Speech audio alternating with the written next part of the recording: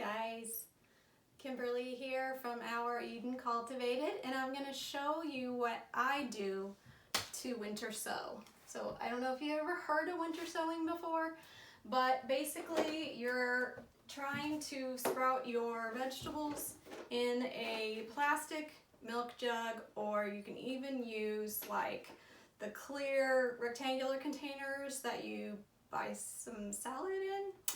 I did that last year. This one definitely gives the seedlings more room to grow depending on how long you've had them out there. This one, I planted some artichoke in it, and then at the end you just seal it up with some tape on one side. You don't have to seal it all the way around, and you can leave them outside without the lid on, because you are hoping that the rain and the snow will water it for you so you don't have to do anything. And it's, I'm in Ohio, it is the first week in March, so I am going to be planting non-hardened vegetables, tomatoes, peppers,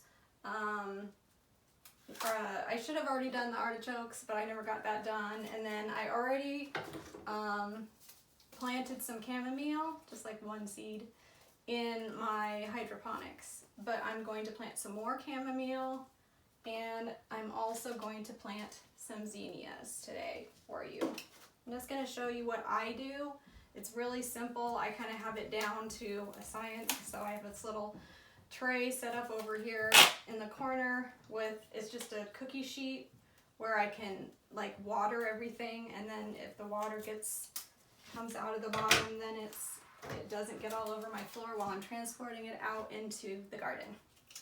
So, and then I just put a little piece of tape on it so the wind doesn't whip it open.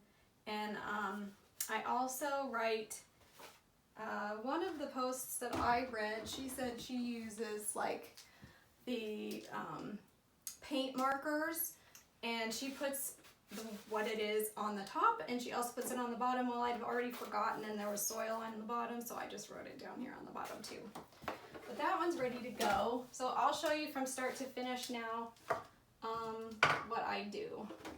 So I have some really good scissors with a really good point on the end to start where you want to start cutting, because you're going to want to cut all the way around here, but you want to leave it just a little bit not cut off so that it's attached, and just like right underneath where the handle is.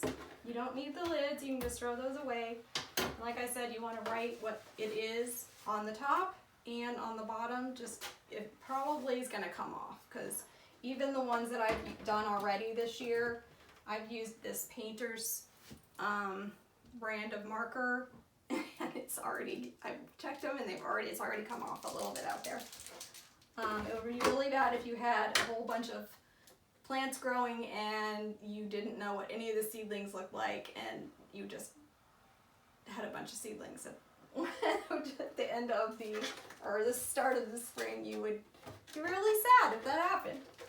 So what I do is I take a ruler and I measure up about 3 inches, and I make a mark there. And then I just measure all the way around, and because that's about where you want to cut, because you want soil to be able to be up to the 3-inch mark. And then you want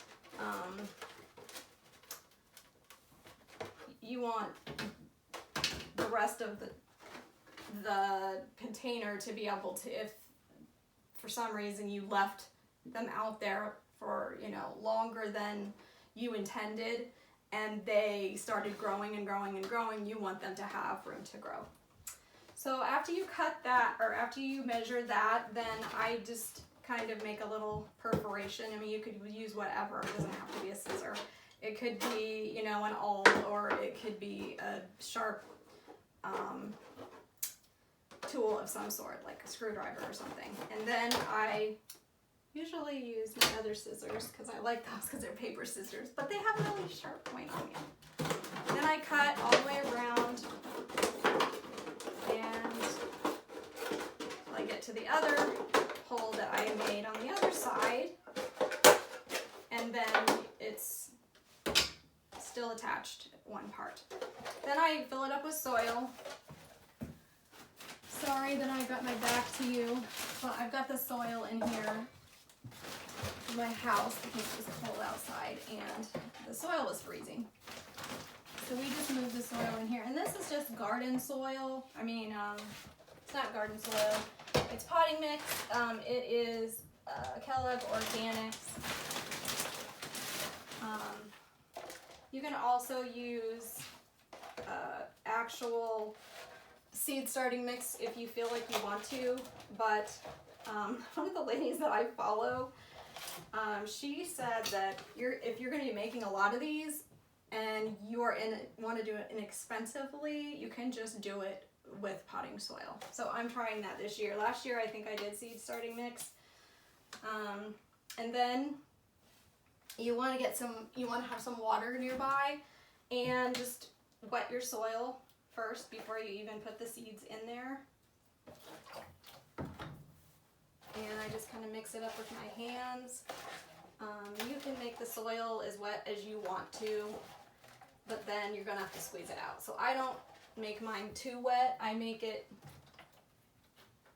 kind of wet, but not so it's, and so, because otherwise you'd have to squeeze it out into another container, and I don't have another container in here. So, but kind of, you know, you want to make it like you're trying to make it into dough, but it's not gonna, it is gonna stick together, but it's not wet enough that you're gonna have to squeeze it out at this point. And then this is another mistake that you might make, so make sure you already write on your container what it is that you put the right seeds in, because I've done that before. Then you like have to cross it out and it's a whole mess. So chamomile seeds are teeny tiny seeds.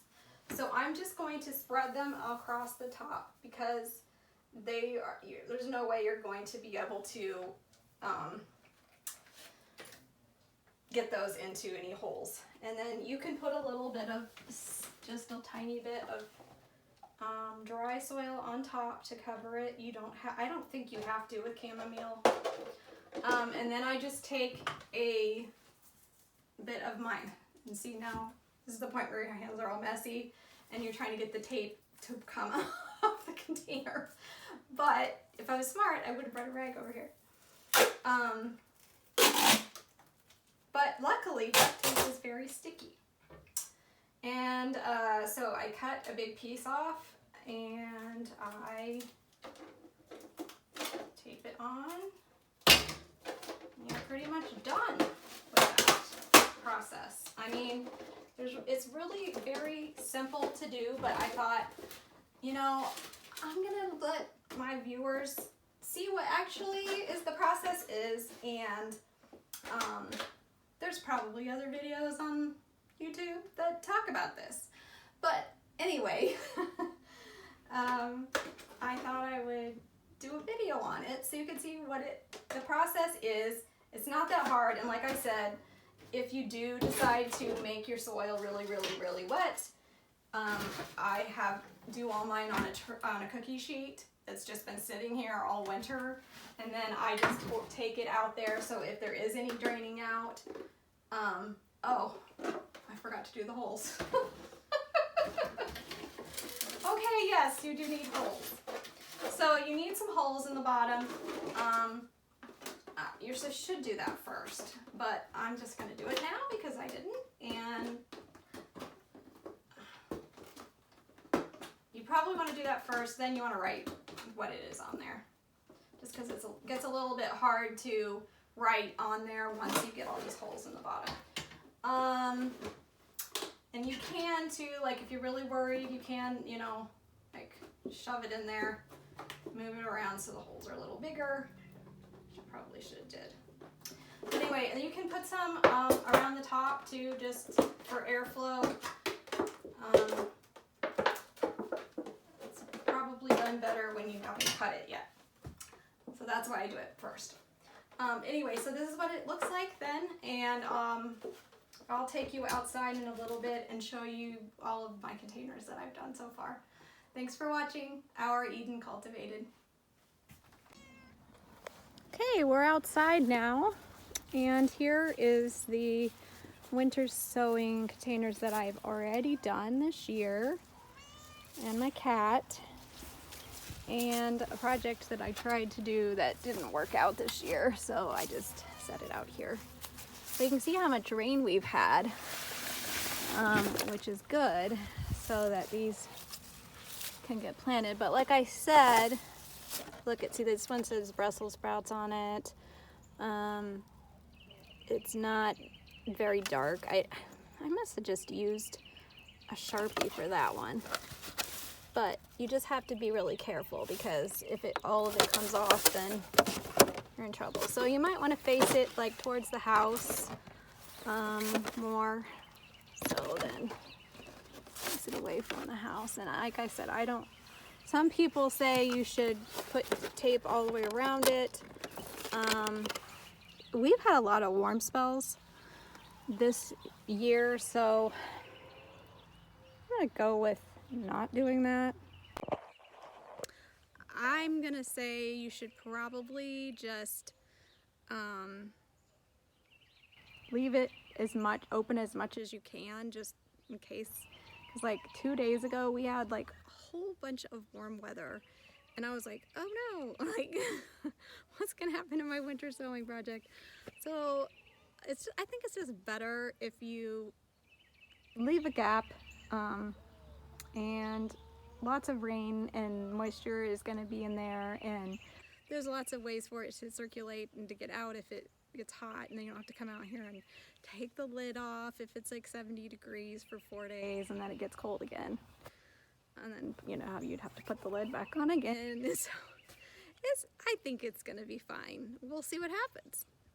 Okay, like I said, thanks for coming along with me and joining me at Our Eden Cultivated. Bye-bye.